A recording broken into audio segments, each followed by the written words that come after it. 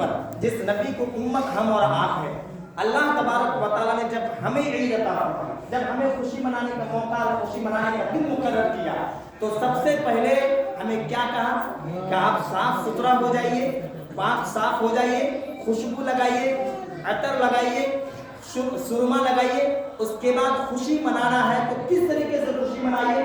सबसे पहले आप मस्जिद में जाइए और ईद की नमाज जो हम अदा करते हैं यानी कि 2 रकात नमाज अदा कीजिए।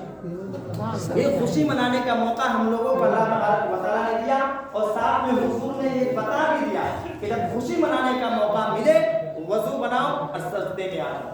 ये सबसे अहम और सबसे अच्छी चीज खुशी मनाने का तरीका जो है, सबसे अच्छा तरीका है।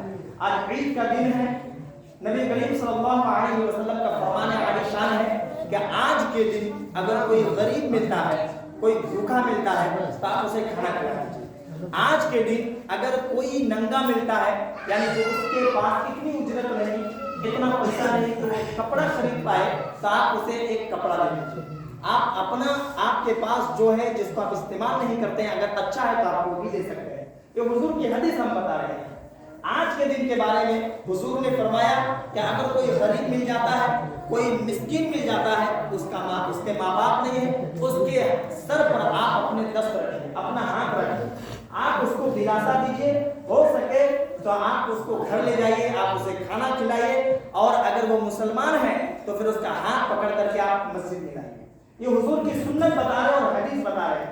आज के दिन की नबी करीम सल्लल्लाहु अलैहि वसल्लम ने फरमाया कि ईद का मतलब सिर्फ ये नहीं कि आप खुशी मनाएं, ईद का मतलब एक ये भी है कि आप पहले गुनाहों से तौबा करें और रब के हुजूर गिड़गिड़ाएं, रोएं और ये अपने आप से अहद करें कि जिस तरीके से हमने रमजान मुबारक महीने का एहतराम किया है, जिस तरीके से हमने रमजान मुबारक महीने में नमाजें पढ़ी है, उसी तरीके से जब तक हमारी जिंदगी बाकी रहे तब तक हम उसी तरीके से इलाही खसूसियत के साथ 5 वक्त की नमाज भी अदा करें। ये ईद का मतलब सिर्फ ये नहीं कि 2 रकात नमाज पढ़ लेना। ईद का मतलब ये भी है कि अगर हम किसी से हसद जलन करते हैं तो वो आज से खत्म कर दे। ईद का मतलब ये भी है कि अगर हम किसी से अदावत रखते हैं, किसी के लिए बुग़्ज़ कीना रखते हैं, तो वो भी हमेशा हमेशा के लिए खत्म कर दे। ईद का मतलब एक ये भी है कि अगर हमारे रिश्तेदार कोई हमसे खफा है तो हम उसे हाथ पकड़ करके ले आए, उसे हम मना ले। ईद का मतलब एक ये भी है कि अगर मेरा भाई हमसे नाराज है तो हम उसके पास जाएं, उसके सामने जाएं, हम पहले उसे सलाम करें।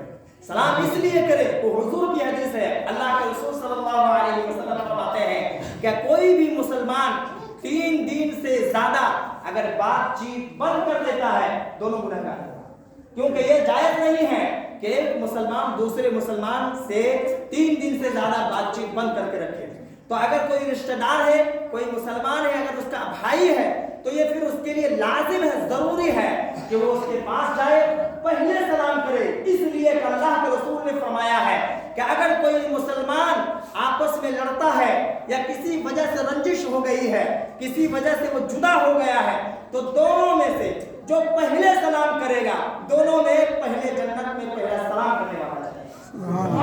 ये हुजूर की हदीस है कि जो पहले सलाम करेगा, कयामत में जब दोनों की बारी आएगी जन्नत में जाने की, तो जो पहले सलाम करेगा वो पहले जन्नत में जाएगा। तो हो सके तो आप पहले सलाम कीजिए और उसके बाद उसके साथ मुसाफा कीजिए। ये जो मुसाफा करना है ये भी हुजूर की सुन्नत है। ये जो हम मुआनका करते हैं यानी कि गले मिलते हैं, ये भी हुजूर की सुन्नत है। और गले जब मिलना है तो गले किस लिए मिलते हैं, मुआनका किस लिए करते हैं? इसलिए कि जब हम हाथ मिलाते हैं, सलाम करने का क्या तरीका है, जब हम किसी को सलाम करें, मुसाफा करें, तो उसकी नजर से अपनी नजर मिलनी चाहिए। इसलिए कि नजर से डायरेक्ट दिल का कनेक्शन है। इसलिए जब हम किसी से मुसाफा करेंगे तो उसके आंखों में देखेंगे और गुस्सा के नहीं बल्कि मोहब्बत की नजर से देखेंगे। मोहब्बत की नजर से, दुश्मनी की नजर से नहीं, मोहब्बत की नजर से देखेंगे। मुसाफा करेंगे, जब मुसाफा करेंगे हमारा जिस्म टच हो जाएगा, हाथ टच हो जाएगा। हुजूर आगे फरमाते हैं मुसाफा के साथ मुआनका भी करो, गले मिलो। इसलिए कि जब हम एक दूसरे से गले मिलेंगे दिल से दिल भी मिल जाएगा। और यही इरादा, इसी सोच को लेकर के हमें एक दूसरे से मुसाफा भी करना है और मुआनका भी करना है। हमसे कोई छोटा है तो उनकी गलतियों को माफ कर देना है, नजरअंदाज कर देना है। हमसे अगर कोई बड़ा है उससे माफी मांग लेना है। اس سے معافی مانگ لینا ہے. اگر کوئی ہمیں تکلیف بھی پہنچاتا ہے اسے معاف کر دینا ہے. اس لیے کہ اگر تکلیف کوئی پہنچاتا ہے اسے معاف کرنا یہ بھی حضور کی سنت ہے. ایک صحابی رسول حضور کی بارگاہ میں، حضور ادھر منہ کر کے کھڑے ہیں، پیچھے سے ایک صحابی آتے ہیں. اس طریقے سے جیسے ہم نے چادر رکھی ہے اسی طریقے سے حضور کے پاس بھی ایک چادر ہوا کرتی تھی. وہ صحابی رسول پیچھے سے آ کر کے چادر مبارک کو کھینچتے ہیں.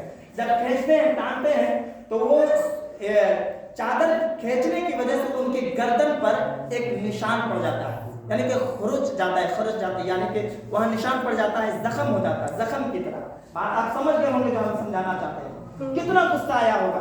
آپ سوچئے کہ اگر میری چادر کوئی پیچھے کی طرف سے کھینچے اور اگر میرے نشان پڑ جائے میں اسے کس طریقے سے دیکھوں گا؟ کیا اسے میں چھوڑ دوں گا؟ اسے میں ڈانٹوں گا؟ لیکن وہ صحابی رسول آتے پیچھے سے کھینچتے ہیں، حضور کا نشان پڑ جاتا ہے.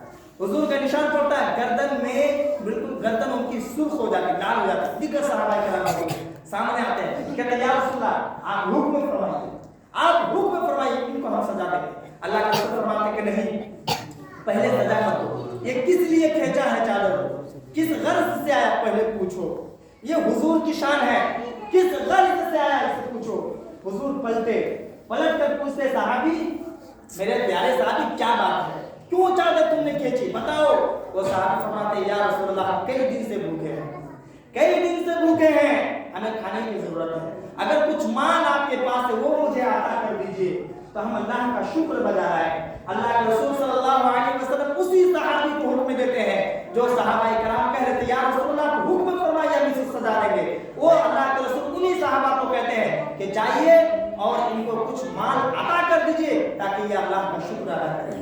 تو اگر آپ تکلیف کوئی پہنچاتا ہے اسے معاف کرنا یہ حضور کی سنت ہے. اور معاف کرنے کے بعد اگر کسی چیز کی حاجت وہ طلب کرے، مانگے، اسے دے دینا یہ بھی حضور کی سنت ہے. سبحان اللہ. تو عید کا مطلب صرف 2 رکعت نماز پڑھنا نہیں ہے، بلکہ کسی کو اگر ہم تکلیف دی ہے تو اسے معاف بھی کرنا ہے، معافی بھی مانگنا ہے.